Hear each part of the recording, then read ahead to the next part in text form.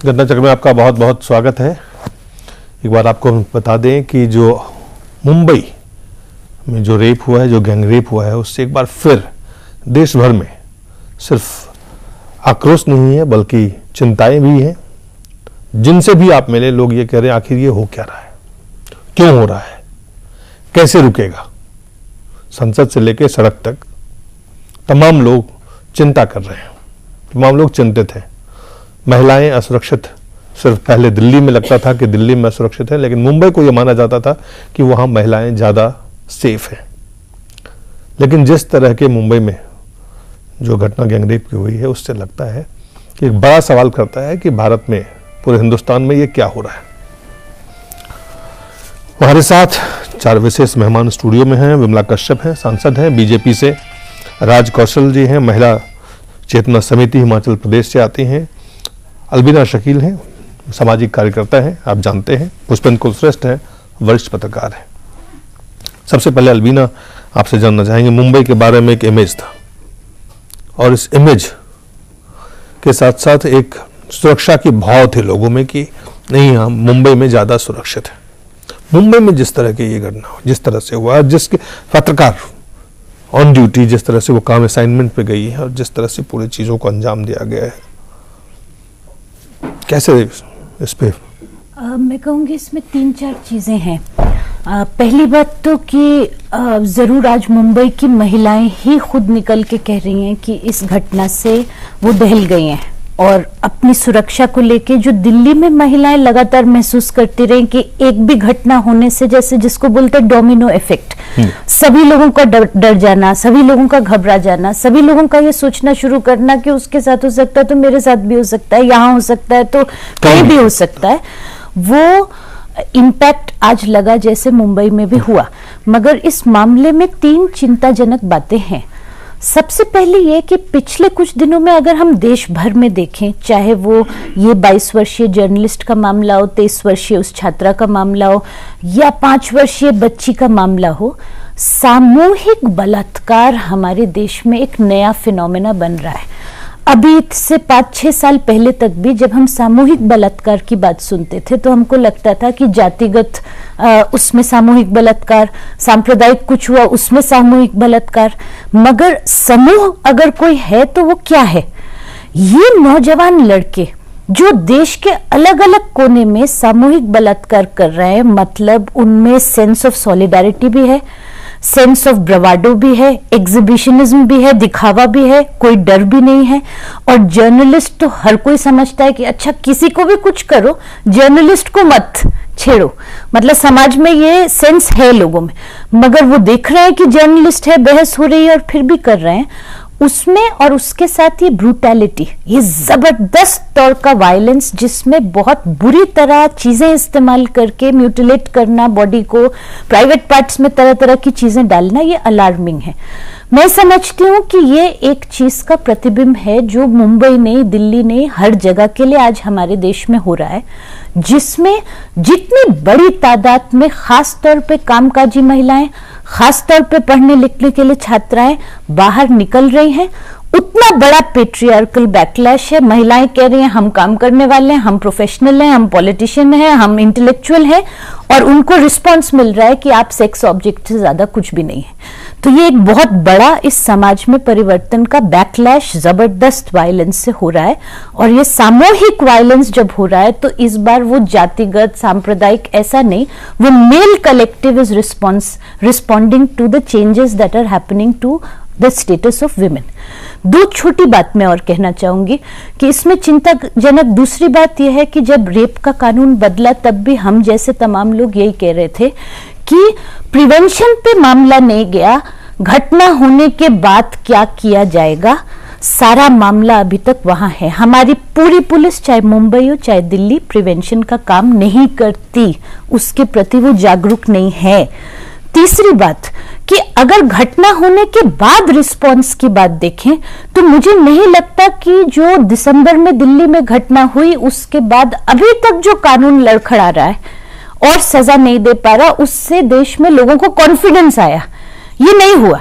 लोग अभी तक मांग कर रहे हैं कि ये सब चीजों पे कुछ हो। और पिछले वर्ष की अगर एनसीआरबी रिपोर्ट के कैलकुलेशन को देखें तो वो कैलकुलेशन है कि अगर 1000 बलात्कार की कंप्लेंट हुई तो कंप्लेंट से एफआईआर से चार्जशीट से कोर्ट में ट्रायल कंप्लीट होने से कन्विक्शन तक में 1000 में 7 बलात्कार के केस पर हम सजा दे रहे हैं। ये एनसीआरबी में है। तो अगर रिस्पॉन्स घटना होने के बाद भी ये है कि 1000 में 7, तो कोई डर नहीं रहा, कैसे होगा?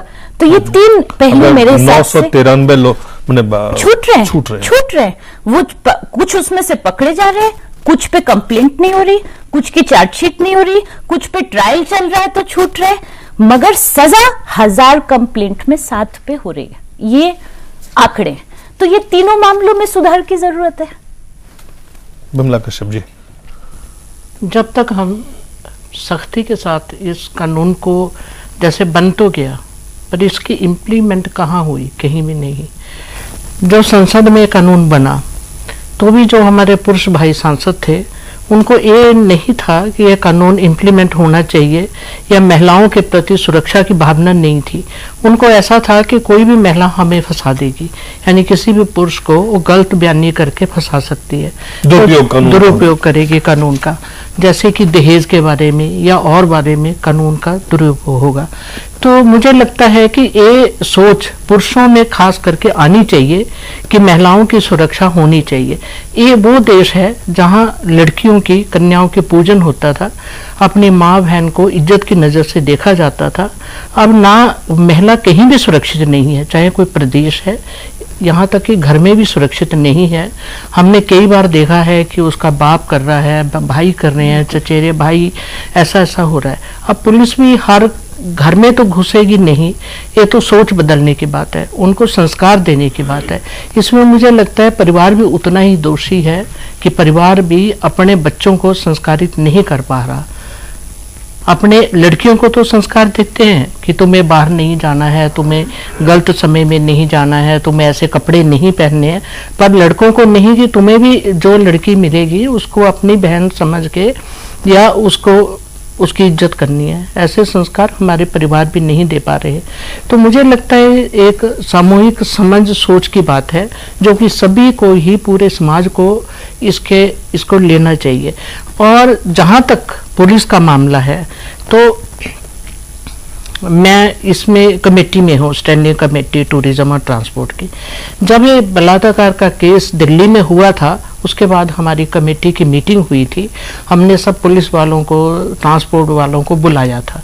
तो उसमें एक गाड़ी जो चलाता है, छोटी गाड़ी, उसमें शराब पी के कोई ड्रिंक करके गाड़ी चलाता है तो उसको पकड़ के तो पुलिस फाइन करती है। पर मैंने पूछा था कि कितने बस वालों को आप फाइन करते हो? काले शीशे चढ़ा के गाड़ियों को तो रोकते हैं और उनके शीशे तो उतारते हैं, पर बसों के कितने शीशे उतारे? तो उनका जवाब था कि हमने 9000 बसों के शीशे, काले शीशे उतारे, परंतु इस केस के बाद, पहले कोई एक्शन नहीं था उनका। तो इसमें दोषी मुझे लगता सभी है, और कानून जब तक सख्ती से नहीं माना जाएगा तब तक कुछ होने वाला नहीं है। कानून का मसला है, समाज का मसला है, परिवार का मसला है, सोच का मसला है, संस्कृति का मसला है, कहाँ मसला है? पुष्पेंद्र, देखिए, मैं समझता हूँ कि जब जब रेप की घटनाएं होती हैं तो टेलीविजन के चैनल पर इस पे चर्चा होती है और कुछ महिला संगठन कुछ नई मांग करते हैं, पिछले कानून की कुछ उठापटक होती है कि क्या हुआ, कहाँ से चले, कहाँ तक पहुँचे। ये तमाम सारी बातें, मुझे ऐसा लगता है कि अगर रेप का नाम और जगह और शक्ल बदलती जाए तो चर्चाएं मुझे मोरलेस एक ही लगती हैं। लेकिन विमला जी ने जो तमाम सारी बातें कही हैं उसमें एक बात मैं कहता हूँ कि लार्जर पिक्चर ये है कि हम इस समाज को कानून से चलाने की कोशिश कर रहे हैं। हम समझते हैं कि कानून से समाज बदलता है।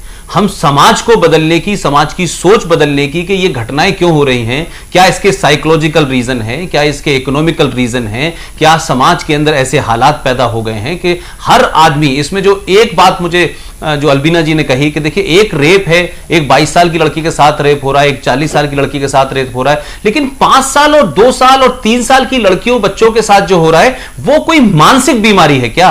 वो उस सारे एस्पेक्ट को कहीं हमने भुला दिया है। हमको लगता है बहुत कानून अगर बन भी गया और तमाम सारी बातें मान भी ली जाएं, इस देश में बहुत सारी चीजों के लिए बहुत से कानून बने हुए हैं, उसके बाद भी वो रुक नहीं रहा है। तो ये एक जो खास किस्म का क्राइम है, ये घर में होता है, कहीं चाचा है, कहीं ताऊ है, कहीं भाई है, कहीं मामा है, ये घरों में हो रहा है और घरों में जिन महिलाओं को ये पता भी है वो इनको छुपाती हैं।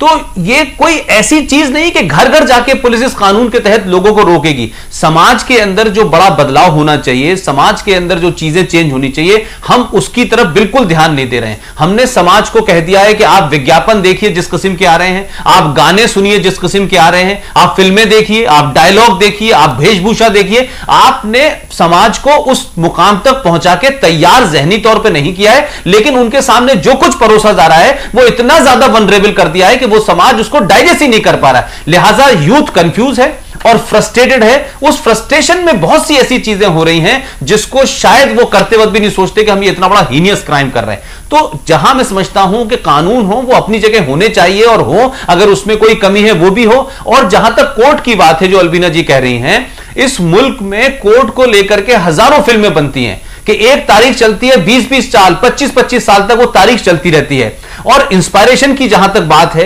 अगर छोटा मुलजिम जो है, जो उस तरीके के हम डायलॉग सुनते हैं कि क्या अगर इस देश का प्रधानमंत्री कॉन्स्टिट्यूशन को तोड़ सकता है तो क्या मैं रेड लाइट नहीं तोड़ सकता हूं? ये जो मानसिकता है कि जो लोग इस देश के इंस्पायरिंग लीडर हो सकते हैं, जब पीएमओ के यहां से एक चोरी की फाइल गायब हो सकती है, जब चारा घोटाले का मुलजिम 10 साल चीफ मिनिस्टर बना रह सकता है, तो लोगों को लगता है क्राइम करो, क्या फर्क पड़ता है, जिसके पास पैसा है चलता रहेगा, छूट जाएगा, क्या फर्क पड़ेगा। इस मानसिकता ने इसको इतने निचले स्तर पर उतार दिया है कि लोग इस क्राइम को करने से पहले कितना भी कड़ा कानून बना लें, लोग नहीं डरते। राज कौशल जी, मैं भाई साहब की बात से बिल्कुल सहमत हूं कि ये जो आज जो ये परिस्थितियां बन रही हैं, उसमें मैं एक चीज ये भी समझती हूं कि जो पहले जॉइंट फैमिलीज थी वो अब टूट के एकल फैमिली बनती जा रही हैं, और उसमें भी जो मदर्स हैं ये वर्किंग हो रही हैं और इकोनॉमिकली साउंड अपनी फैमिली को करने के लिए, अपने पति की मदद करने के लिए वो काम के लिए बाहर निकल रही हैं। उसका जो है डायरेक्ट जो इफेक्ट है वो उनके बच्चों के ऊपर हो रहा है। जैसे बिमला दीदी ने कहा कि परिवार में संस्कारों की जो है ये कमी आ रही है, और वाकई कानून बनाने से कुछ नहीं होगा, हमें लोगों की मानसिकता को बदलना होगा, लोगों की सोच को बदलना लेकिन होगा। कैसे बदलें, क्या करें। एक मुंबई एक कॉस्मोपॉलिटन है, महानगर है, वहां की अपनी एक संस्कृति भी है। मुंबई के बारे में एक जो मराठी मानुस की बात है, एक मराठी संस्कृति जिसको लगातार वहां के राजनीतिक दल भुनाने का प्रयास करते हैं, वहां पे उसको लागू। और एक दूसरी तरफ फिल्म इंडस्ट्री है वहां की, दूसरी तरफ बिजनेस वहां पे है, जो बड़े बड़े कॉर्पोरेट्स हैं, वहां के कल्चर है, माफिया भी है। लेकिन वो उस शहर के बारे में ये हमेशा माना जाता था कि महिलाओं के लिए अगर भारत में कोई एक सुरक्षित शहर है तो वो मुंबई है। और उस पूरे इमेज को, उस पूरे तस्वीर को कहीं ना कहीं एक तरह से आप देखें, ये जो घटना है वो आज वहां की जो महिलाएं हैं, वहां के जो स्टार्स हैं, वहां के जो कॉर्पोरेट्स हैं, वहां के जो तमाम जो मुंबईकर हैं, उनका कहना है कि दे आर शॉक्ड। नहीं, मेरे ख्याल से शॉक्ड होंगे, मगर मैं अगर इस आंकड़ों के हिसाब से बात करूं तो दिल्ली के बाद दूसरा नंबर मुंबई शहर का बलात्कार के मामले में काफी सालों से। फर्क ये है कि दिल्ली के मुकाबले मुंबई आधे पे है, मतलब दिल्ली के बाद अगर अगले 5 शहरों को मिला लें तो वो दिल्ली के बराबर होते हैं, मगर मुंबई दूसरे नंबर पे है। वो बड़ा शहर है, वहां ये सब क्राइम हो रहे हैं, मगर हाँ इस नेचर का क्राइम, बलात्कार का जो स्वरूप बदल रहा है, ब्रूटल गैंग रेप, इम्प्यूनिटी से, मतलब निडर होके। मगर मैं दो बात पिछले दो वक्ताओं ने जो बात कही उस पर मैं 2 टिप्पणी करना चाहती हूँ। पहली चीज तो मुझे ये जरूर बात है कि परिवार समाज में संस्कार की बात है, मगर उसको क्या महिलाएं फिर घर में बंद हो जाएं? क्योंकि जो पाबंदियों की बात है वो लड़कियों पर ही पड़ती है। मैं जानती हूँ, मैं टीचर हूँ, मैं स्टूडेंट्स को पढ़ा रही हूँ, एक एक केस होने से लड़कियों के घरों से इतनी पाबंदियां उनके ऊपर लगती हैं कि यहाँ मत जाना, आप देखो, अब ये काम के बारे में भी मत सोचना, अब प्रोफेशन भी नहीं सोचना, जर्नलिस्ट भी बनने का मत सोचना, बहुत खतरा है, इधर भी खतरा है तुम्हारे लिए, उधर भी खतरा है, मत जाओ, बंद रहो। और पिछले वक्ता ने जो कहा कि महिलाएं काम करने जा रही हैं, इससे उनके बच्चों पर असर पड़ रहा, मैं नहीं समझती कि वो है। काम तो करने निकलेंगी आप महिलाओं को आज के समाज में उल्टी धारा नहीं बह सकती। महिलाएं निकलेंगी और वो अपने सम्मान से काम करने की, अपने सम्मान से और सुरक्षा से अपनी आजादी की मांग कर रही हैं कि हमको आजादी चाहिए। तो वो पहली बात मैं कहना चाहती हूँ। दूसरी बात कि हमारे जैसे समाज सेवक उस समय भी जब दिल्ली में ये आंदोलन चल रहा था, हम कानून बदलो की मांग नहीं कर रहे थे।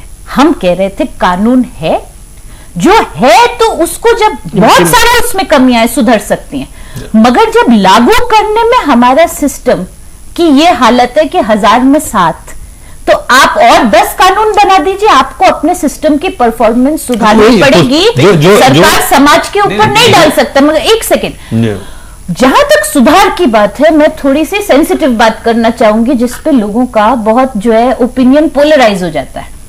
वो ये कि हमारे यंगर जनरेशन में हो क्या रहा है।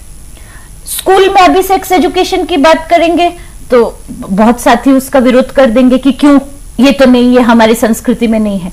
अगर हम बात करेंगे अपनी मर्जी से शादी करें, ऑनर क्राइम नहीं होना चाहिए, खाप पंचायत के खिलाफ पार्टियां पोजीशन ले, वो नहीं लेंगी। अगर हम बात करें कि भाई नौजवान लोग हैं आपस में मिले जुले, तो वैलेंटाइंस डे से लेके तमाम चीजों पे हमले होते रहेंगे। मगर आज का ये सब न करके, मिलना जुलना नहीं, उठना बैठना नहीं, लड़के लड़कियों में कोई सेंसिबल जो है इंटरेक्शन नहीं, इंटरेक्शन तो वो चाह रहे हैं। दूसरी तरफ हमारे देश में जबरदस्त तौर पे पोर्नोग्राफी का सर्कुलेशन है, जो sex education, proper healthy sex education के अभाव में अक्रॉस क्लास वो सेक्स एजुकेशन का सब्स्टिट्यूट बन रहा है। लोग उसी को देख के सीख रहे हैं। माँ बाप जितनी संस्कृति की बात करते रहे, रैम्पेंट है हमारे देश में, सबसे ज्यादा देखा जाता है।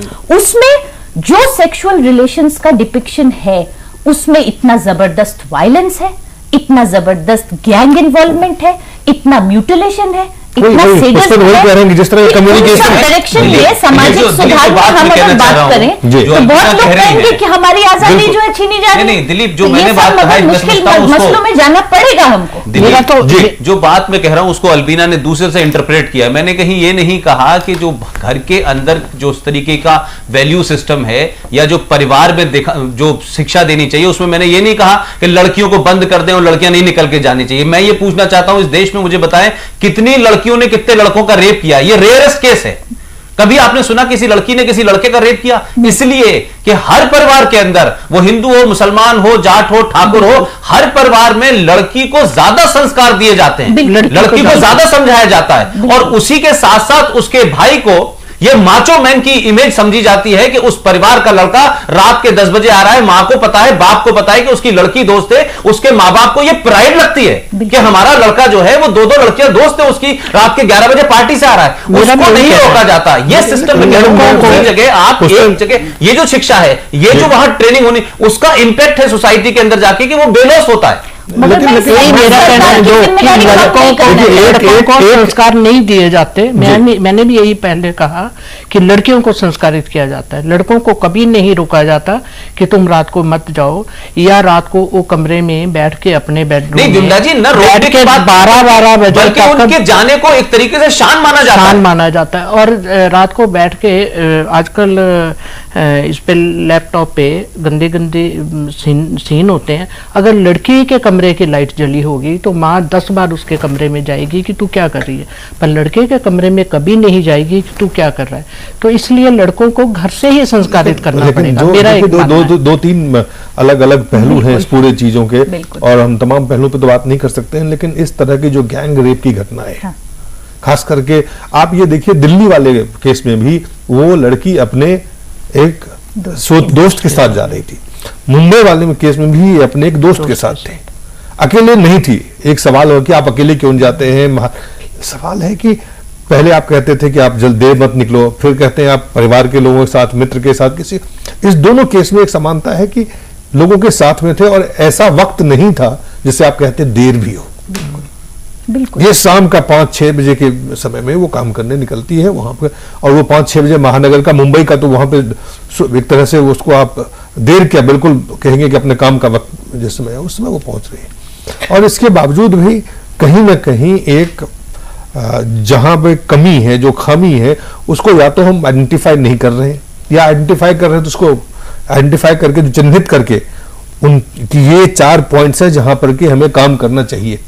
उसके लिए चाहे लॉ एंड ऑर्डर मिशनरी हो, चाहे स्टेट के अदर एडमिनिस्ट्रेटिव मिशनरी हो, चाहे जुडिशियल मिशनरी हो, वो काम नहीं हो रहा है जो कि आप संदेश दे कि यू कांट डू दिस, ये नहीं हो सकता। आजकल ग्राम सेवा एक छोटी गाड़ियां चली हैं दिल्ली में, उसमें जो ड्राइवर का कैबिन है उसमें 8-8 लड़के 5-5 लड़के बैठे होते हैं।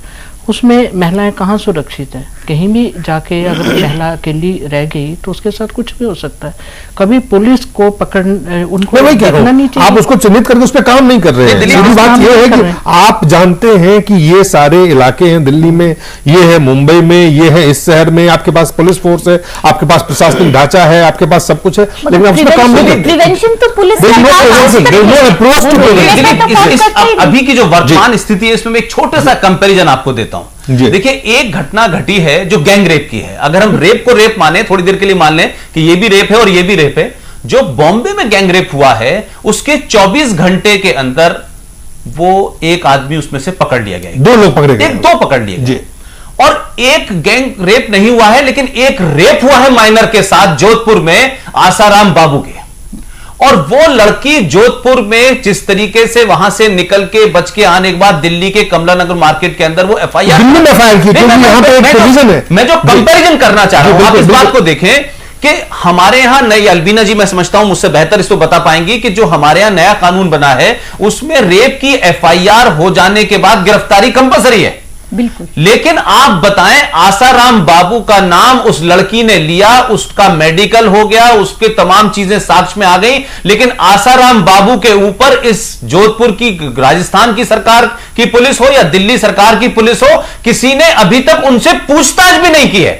तो ये जो कंपैरिजन है कि क्या आसाराम बाबू एक पावरफुल आदमी है, बहुत पैसे वाला है, इलेक्शन होने वाले हैं राजस्थान में, उसकी गिरफ्तारी से वोट बैंक ऊपर नीचे होगा, एक तरफ यह है और एक तरफ वो 22 साल की बच्ची है जिसके साथ ये गैंगरेप हुआ और उसमें 2 मुलजिम पकड़ भी लिए जाते हैं। तो यही आप कानून का तरीका देखें कि एक तरफ कानून कितना कमजोर है और एक तरफ कानून कितनी तेजी से काम करता है। ये दोनों घटना अभी इस वक्त समाज में हमारे चर्चा के विषय हैं, लेकिन दोनों के साथ पुलिस का रवैया बिल्कुल अलग है।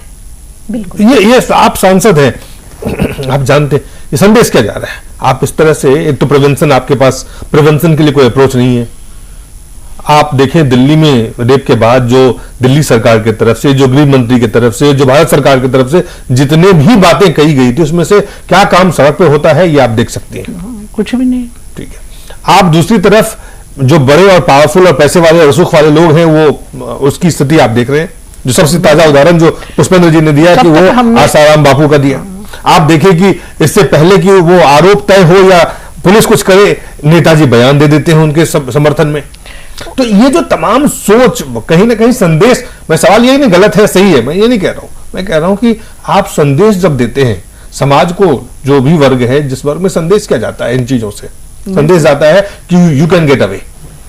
नहीं, ऐसा है कि हम राजनीति जब तक नहीं, इन छोटे छोटे मामलों में भी बंद नहीं करेंगे तब तक ऐसा ही होगा। आज स्मृति ईरानी ने मुद्दा उठाया, आपने टीवी पे देखा होगा, उसने किसी स्टेट का, किसी पार्टी का नाम नहीं लिया, पर उसको बोलते बोलते बीच कांग्रेस की सांसद खड़ी हुई कि मध्य प्रदेश में इतना होता है, गुजरात में इतना होता है। तो हमने उसे बोला कि जैसे इसने स्मृति ईरानी ने लिख के दिया और उसको बोलने का मौका दिया गया, तो तुम भी दे दो, तुम्हें भी मौका मिलेगा। जब मौका मिलेगा तुम बोलो, हम तुम्हारा समर्थन करेंगे। ऐसे तो नहीं कि तुम राजनीति करने लग जाओ कि अगर मध्य प्रदेश में या गुजरात में बीजेपी, एक मिनट की भी अगर बीजेपी की सरकार है तो उसको हम बीजेपी की सरकार की बात नहीं कर रहे, हम तो महिला की सुरक्षितता की बात कर रहे हैं कि महिला कहाँ सुरक्षित है।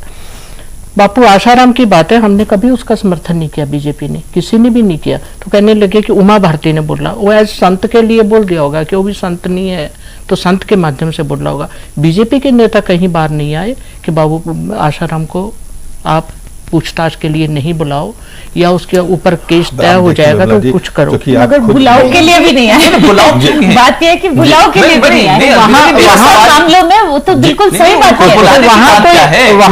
कोई बीजेपी की सरकार नहीं थोड़ी नहीं, है। बीजेपी कोई इस देश में यह तय करेगी कि किसको बुलाओ किसको नहीं बुलाओ। सवाल यह है कि इस देश का कानून जो मध्य प्रदेश में है, जो राजस्थान में है, वो दिल्ली में है, वो मुंबई में है, तो मुंबई के अंदर 24 घंटे के अंदर 2 लोगों को पकड़ा जाता है और यहां जो विक्टिम है उसने एफआईआर लिखाई है, उसने सारी डिटेल दे दी है और अभी तक उस आदमी से पूछताछ नहीं हुई है। मैं सिर्फ ये नहीं कह रहा कि वो एक्स पार्टी और वाई पार्टी की बात ही नहीं कर रहा, लेकिन मैं कह रहा हूं अभी 2 बड़े क्राइम रेप के हुए हैं। एक के अंदर इतनी तत्परता है, इतनी तेजी है बिल्कुल, और बिल्कुल। दूसरे के अंदर नहीं है। तो इससे जो नीचे के लोग हैं, वो जो 5 लोग हैं जिन्होंने लड़की के साथ गैंग रेप किया है, क्या वो ये खबर नहीं देखते होंगे? क्या उनको नहीं लगता होगा कि प्राइम मिनिस्टर के ऑफिस से फाइलें भी चोरी हो जाती हैं और प्राइम मिनिस्टर कह देता है कि हमको पता नहीं है, कोल मंत्री कहता है हमको पता नहीं है। तो क्राइम करने की मानसिकता जो है, जो आदमी परेशान है, डिप्राइव्ड है, उसमें ज्यादा होगी। इंस्पायरिंग लीडर कहां है उनके सामने? कोई मिसाल नहीं है इस देश के अंदर। नहीं, आप बिल्कुल सही कह रहे हैं। छोटा सा चलो ब्रेक लेना पड़ेगा। मैंने एक छोटा सा ब्रेक लेते हैं, ब्रेक के बाद वापस आते हैं।